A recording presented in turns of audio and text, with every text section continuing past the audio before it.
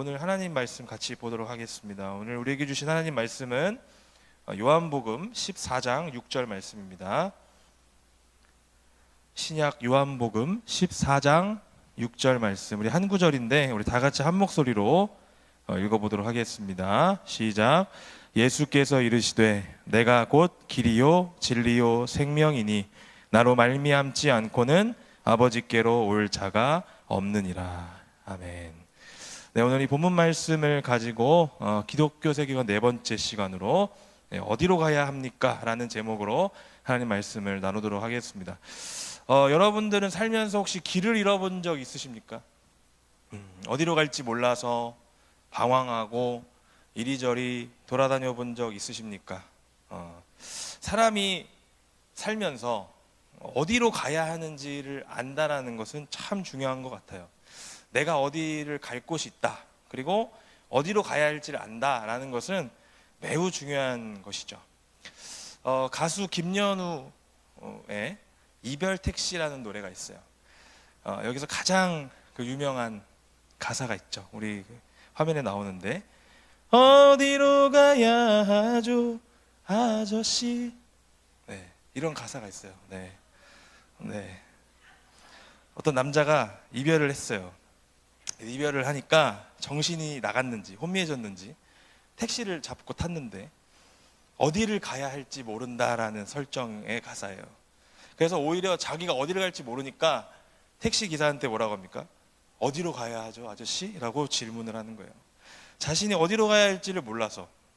그러니까 목적지가 없는 삶은 그만큼 어떤 삶입니까? 정신이 나간 삶이라고 볼 수 있죠. 제대로 된 삶을 살 수가 없는 겁니다.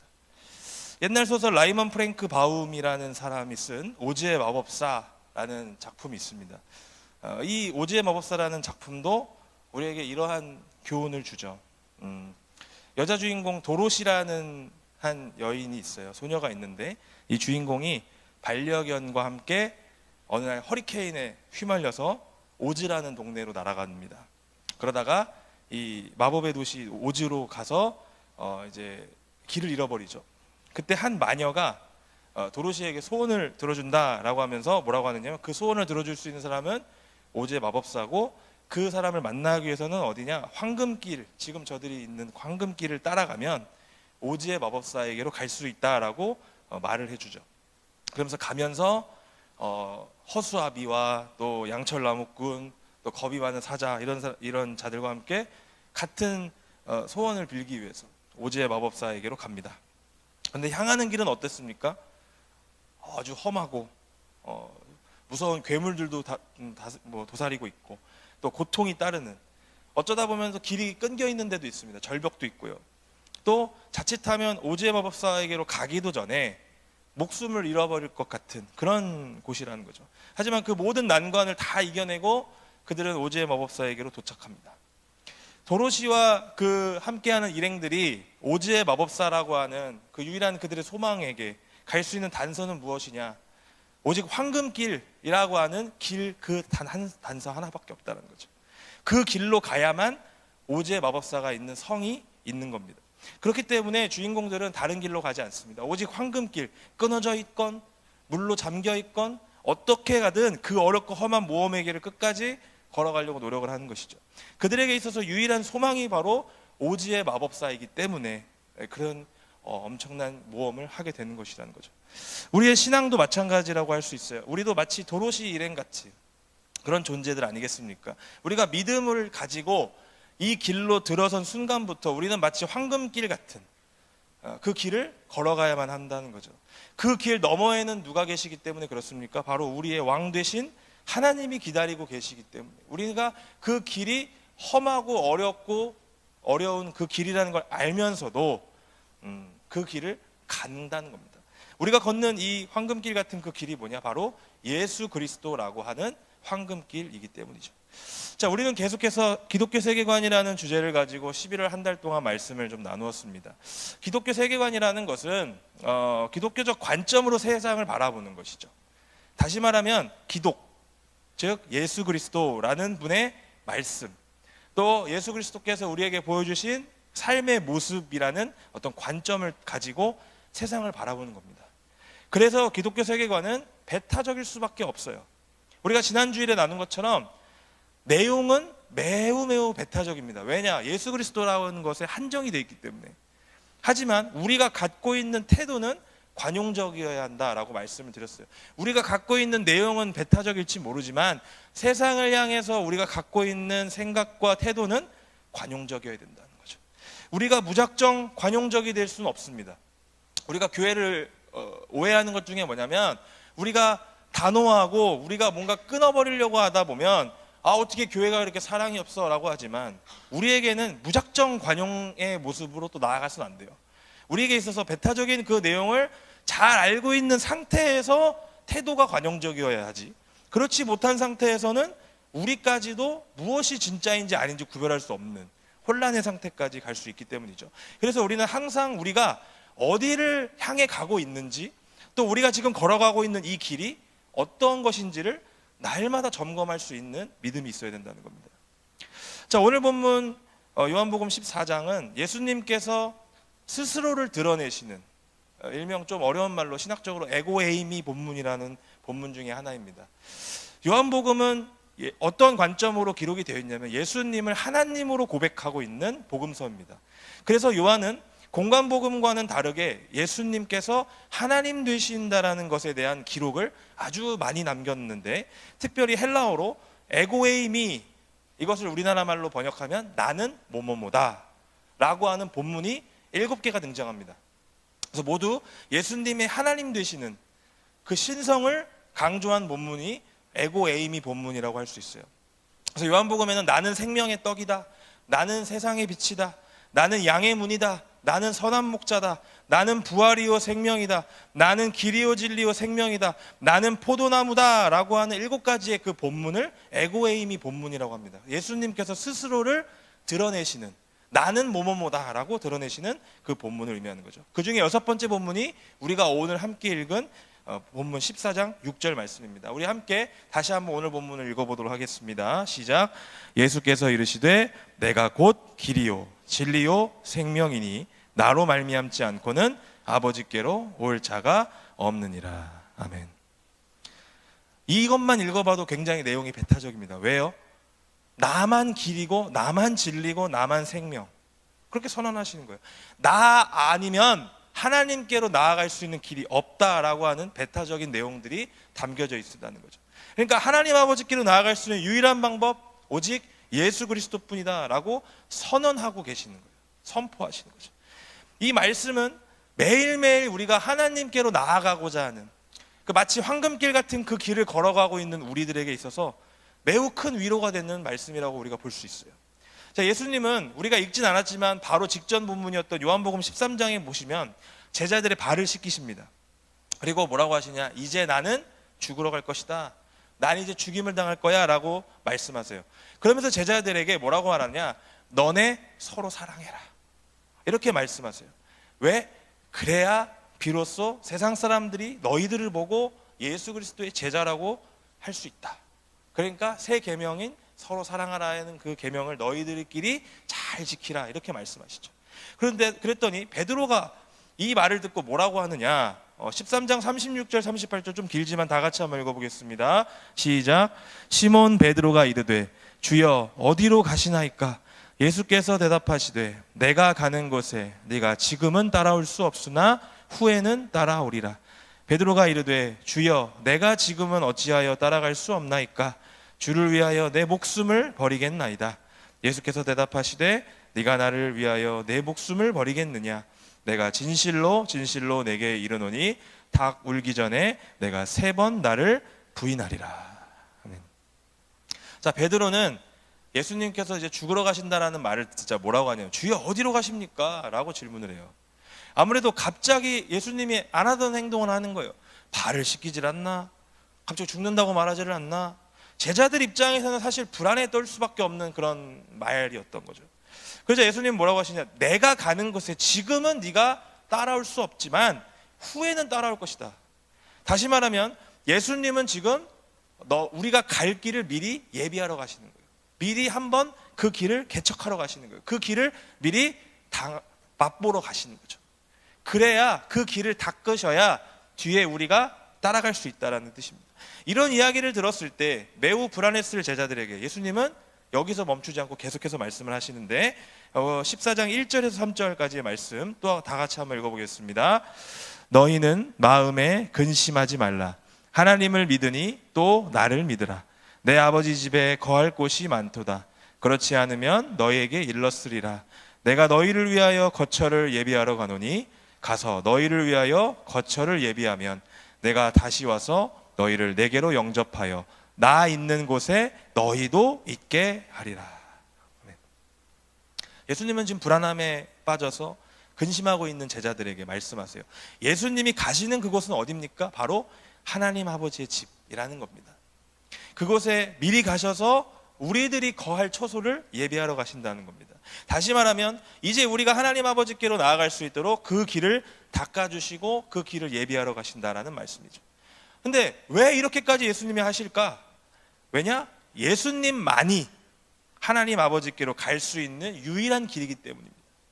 다른 길이 없기 때문이에요.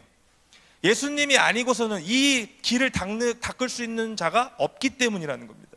그래서 예수님은 오늘 본문에서 뭐라고 하시느냐? 나는 길이요 진리요 생명이라고 선언을 하시는 겁니다. 왜? 길이 하나밖에 없기 때문에, 진리는 하나밖에 없기 때문에, 유일한 생명은 나밖에 없기 때문에 이렇게 선언하시면서 제자들의 그런 불안한 마음을 안심시키고자 하신다는 거죠. 따라서 오늘 요한복음 본문의 어떤 전체적인 흐름에서 볼 때 오늘 본문 말씀은 단순히 우리에게 구원은 어디에서 오느냐? 예수 그리스도를 통해서 온다 라고 하는 말씀만은 아니라는 거예요. 다른 곳에서도 구원이 있다라고 말하는 이 세상 속에 살아가는 우리들에게 예수님은 뭘 주시느냐? 위로를 해주고 계시는 겁니다. 내가 먼저 가는 그 길, 내가 지금 너희들 눈앞에 보이지 않을지라도 너희들이 앞으로 내가 가는 그 길을 똑같이 따라올 때 너희들이 불안해하지 말라. 왜? 내가 유일한 길이기 때문에 지금 너희들이 그 가는 길 좀 어려워도 괜찮아. 조금 힘들어도 괜찮아. 왜? 나라는 길을 걷고 있기 때문에 괜찮다는 거예요. 힘들지만 너희들 끝까지 예수라고 하는 그 길을 걸어가려구나. 예수라는 그 길을 걷는 자들이 너만 있는 게 아니야. 옆에 있는 내 제자들, 다른 제자들, 동역자들도 함께 걸어라. 괜찮아. 그 길 같이 걸으면 돼 라고 말씀하고 계신 거예요. 이후의 이야기들은 우리가 너무나도 잘 아는 이야기입니다. 예수님께서 십자가에서 죽으셨고 부활하셨고 승천하시고 그리고 성령이 제자들에게 임하시고 결국 예수 그리스도를 따라가는 그 길을 따라가는 자들로 이들이 거듭난다는 것이죠. 우리들한테는요, 이 이야기가 너무나도 당연한 이야기처럼 들리겠지만 하나님 아버지께로 나아갈 수 있는 방법은 오직 하나밖에 없습니다. 바로 예수 그리스도라는 그 길로만 가능합니다. 우리는 이것을 믿으면서 세상에 만연해 있는 비진리들과 싸우고 있는 거예요. 특별히 우리가 살아가고 있는 이 시대는 포스트 모더니즘 시대라고 부릅니다. 다시 말하면 어떤 구조나 어떤 시대상보다는 개인의 초점을 맞춘 탈근대화의 시대라고 볼 수 있다는 거죠. 근대 시대처럼 우리가 다 같은 어떤 하나 묶여있는 공동체적인 그런 개념이 아니라 개개인에게 초점이 맞춰서 살아가는 거예요. 그래서 이게 나쁘다는 것은 아닙니다. 뭐가 문제냐면 이 탈근대화의 문제와 함께 맞물려 나온 종교적 흐름이 있어요. 그게 뭐냐면 종교다원주의입니다. 모든 종교에 구원이 있다. 모든 종교에 구원자가 있다. 모든 종교에 각각 하나님이 있다라고 주장하는 게 뭐냐? 종교다원주의입니다. 쉽게 말하면 범신론이죠. 모든 것들이 신이 될 수 있다. 그래서 기독교가 세상을 지배하던 중세시대를 넘어서 근대에 오면서 사람들은 교회에 대해서 불신을 갖게 됩니다. 왜? 하나님이 중심이 되는 세상 속에서 살아봤더니 오히려 불합리한 거예요. 인간적이지 못한 거예요. 그래서 인간에 대해서 더 탐구하고 인간의 이성을 더 중시하고 그런 시대 속에 빠지다 보니까 다른 종교의 매력에 빠지게 돼요. 결국 그 종교들이 이 포스트 모더니즘과 맞물려서 모든 종교에도 구원이 있다라는 이데올로기를 만들어낸 것이죠. 자, 우리가 잘 아는 사진이 있습니다. 마치 우리가 산을 오를 때 정상으로 향하는 길은 여러 가지 있다라고 하는 그런 그림이 있어요. 혹시 보여줄 수 있나요? 네. 이슬람이라는 길을 걸어가도 그 위에 하나님이 계시다. 우리가 기독교라는 종교를 통해서도 하나님이 계시다. 힌두교를 믿어도 간다. 그러니까 무슨 말이냐, 각 종교마다 결국에는 이르는 곳은 다 똑같다라고 주장하는 게 뭐냐면 종교다원주의라는 거예요. 그러니까 그 정상으로 가는 길은 여러 가지가 있기 때문에 아무 길로나 나아가면 되지 꼭 왜 기독교처럼 예수 그리스도라는 길로만 가야 되냐라고 주장하는 게 요즘 시대라는 거예요. 이것은 기독교에서 가장 중요한 진리, 즉 예수 그리스도를 통해서만 구원이 있다. 하나님 아버지께로 나아갈 수 있는 것에 대해서 정면으로 도전을 하고 있는 이데올로기라고 할 수 있습니다. 사실 우리는요, 여러분들이 그렇게 직접적으로 꼭 듣거나 당하지 않아도 이러한 시대 속에 우리가 살고 있단 말이죠. 우리에게 세상은 말합니다. 진리는 너네 말고도 다른 데도 있다. 우리한테도 있다. 그래서 요즘 시대가 뭐라고 합니까? 취존 시대, 취존. 취향의 존중. 이렇게도 취향도 존중해주고 저렇게도 취향 존중. 취향 존중이 나쁘다라는 소리가 아니라 이런 부분들이 진리라고 하는 부분들까지도 침투해 있다는 게 문제인 겁니다. 저희가 지금 계속 말씀을 11월 한 달 동안 나눴지만 하나님 말씀대로 안 사는 것도 취향이 될 수 있는 거고요.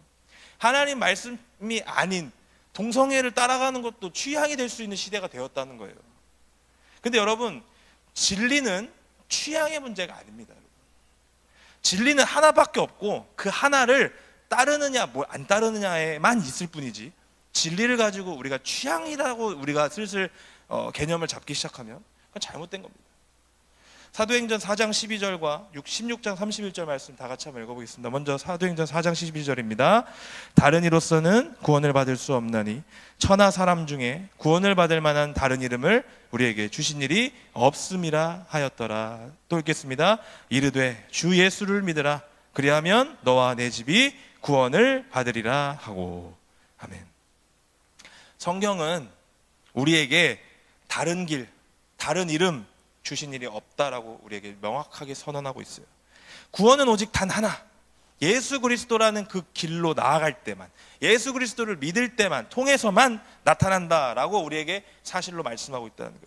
구원은 내가 좋아 보이는, 내가 맞다고 생각하는 곳에서 오는 것이 아닙니다. 취향이 아니에요. 내가 취사 선택할 수 있는 길이 아니라는 거예요. 따라서 우리는 믿음이 있는 자들로서, 기독교 세계관을 가진 자들로서, 그렇게 세상을 바라보는 자들로서 취향이 아닌 믿음으로 진리를 따르는 자들이 되어야 된다는 것이죠. 우리 교회가 점점 진리에 대해서 타협하고 있다는 거죠. 이거 안 됩니다. 진리에 대해서는 우리가 명확하게 받아들일 건 받아들이고, 아까도 말씀드렸지만 서로 그 실제로 비진리적인 부분들에 대해서는 관용적인 태도를 취할 수 있어야 돼요. 저는요, 사실 윤리교사가 아닙니다. 저는 철학 사상가도 아닙니다. 저는 그냥 진리를 가르치고 설파하는 목사예요. 따라서 제가 전달하는 모든 설교들은 다 배타적일 수밖에 없어요. 교회는 배타적인 내용을 전달하는 곳입니다. 따라서 우리 모두 다 배타적이어야 돼요. 세상의 소리에 귀 기울이지 말고 우리에게 있어서 오직 구원은, 오직 하나님께로 향하는 길은 하나밖에 없다는 것을 믿으면서 나아가야 한다는 거죠. 그 하나의 길만을 걸어가고 있는 우리들에게 예수님께서 뭐라고 말씀하고 계시느냐? 요한복음 13장 34절 35절 다 같이 읽겠습니다. 새 계명을 너희에게 주노니 서로 사랑하라. 내가 너희를 사랑한 것 같이 너희도 서로 사랑하라. 너희가 서로 사랑하면 이로써 모든 사람이 너희가 내 제자인 줄 알리라. 아멘. 우리는 마치 도로시 일행이 오즈의 마법사를 만나러 황금길을 걸어가듯 예수 그리스도라는 그 황금길을 걸어가고 있는 자들이에요. 우리는 신앙생활이라는 믿음의 여행을 하고 있는 자들입니다. 옆에 있는 다른 사람들은 그 믿음의 여행을 함께 걸어가고 있는 동반자들이죠. 혼자 길을 걸어가면서 여행을 하면 어떻습니까? 폭풍우를 만날 때도 있어요. 다리도 아파요. 배도 고픕니다. 가끔은 나 혼자 걸어가고 있기 때문에 기분 상한 일도 있습니다. 가끔은 포기하고 싶고 그냥 다른 곳으로 가고 싶은 욕구도 생겨요. 더 편해 보이는 곳이 있으면 그곳으로 가보고 싶기도 하고, 여러 가지 상황에 처할 수 있는 것이 믿음의 여행입니다. 근데 우리는 여기서 잊어서는 안 될 것이 있어요. 내가 왜 이 길을 걸어가고 있는지, 이 길의 끝에는 누가 계신지, 이걸 잊어서는 안 된다라는 거예요.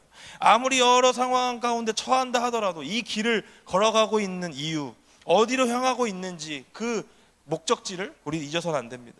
그 어떤 소리가 내 귀에 들리더라도 끝까지 예수라고 하는 그 길을 걸어가는 저와 여러분들 되기를 바랍니다. 그래서 우리에게는 뭐가 필요하느냐? 혼자 걸어가면 안 돼요. 그래서 신앙생활을 혼자 하면 안 된다는 거예요. 왜? 내가 다른 길로 가려고 할 때 붙잡아 줄 수 있는 사람이 있어야 된다는 거예요. 깨어있는 사람이 있어야 돼요. 그러려면 어떻게 되느냐? 내가 함께하고 있는 우리 목원들, 우리가 함께하고 있는 청년 공동체 안에서, 우리 각자가 속한 모든 사역의 자리 속에서 옆에 있는 서로가 함께 걷는 자들이라는 사실을 잊어서는 안 된다는 겁니다. 여러분들 가운데서 옆에 있는, 지금 옆에 계신 분들, 서로가 함께 걷는 자들임을 잊지 마시고 서로를 사랑하면서 함께 걸어가고 있음을 믿고 함께 손잡고 걸어갈 수 있기를 바라요. 우리는요, 믿는 자들로서 서로 배타적이 되어서는 안 됩니다. 내용은 배타적이어야 되지만 여러분들끼리의 삶의 모습들은 서로 배타적이 되어서는 안 돼요. 근데 우리 안에서도 보면 서로 배타적으로 대하는 경우들이 많이 있어요. 같은 목장이 아니면 어색해서 인사도 안 합니다. 서로 잘 몰라요. 저 사람이 우리 청년부였는지 이번 수련회 가서 알았다라는 소리를 제가 한 30번을 들었던 것 같아요. 근데 여러분, 이건 성경적이지가 않아요. 예수님께서 우리에게 주신 말씀에 따르는 그런 모습들이 아니라는 거예요. 예수님께서 주신 이 공동체 속에서 서로 잘 모르더라도 인사 잘 하시기 바랍니다. 제가 1년 넘게 계속 강조하고 있지만 인사를 좀 잘하세요, 제발. 그냥 우리 교회에서 보이면 다 인사하세요. 그냥 내가 모르는 사람이 상관없어. 안녕하세요 하고 한 그 말이 별거 아닌 것 같지만 아주 큰 힘을 준다니까요. 그리고 여러분, 서로 알아가는데 좀 두려워하지 마십시오. 여러분, 포스트 모더니즘 시대라서 그런 게 아니에요. 여러분, 그냥 우리가 안 해버릇해서 못하는 거예요. 훈련이 안 된 거예요, 여러분들이. 그러니까 우리 어떻게 해야 되느냐?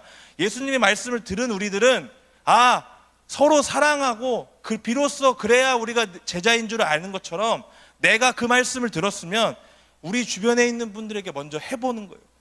여기서도 안 되면 세상 밖에 나가면 어떻게 해요? 절대 안 됩니다. 인사 못해요. 여러분들 학교 가서 직장 가서 인사하겠어요? 절대 못해요. 이건 제가 꼰대라서 그러는 게 아니라 여러분들 오늘 말씀을 우리 삶 가운데 좀 적용해 보자는 거예요. 우리끼리도 인사를 못하는데 밖에 나가서 어떻게 인사를 하겠어요? 여러분, 오늘 우리가 이렇게 말씀을 들었지 않습니까? 우리가 그 믿음의 길을 걸어가는 가운데, 예수 그리스도라고 하는 그 길을 걸어가는 가운데 서로 사랑하는 것이 그 믿음의 동역자들로서 서는 가장 중요한 것이라고 말씀을 들었어요. 그러면 그 인사 한마디 하는 거, 따뜻한 말 한마디 하는 거, 서로 알아가기 위해 노력하는 거, 그게 우리가 서로 사랑하는 데 첫 걸음임을 여러분 기억하셔야 된다는 거예요.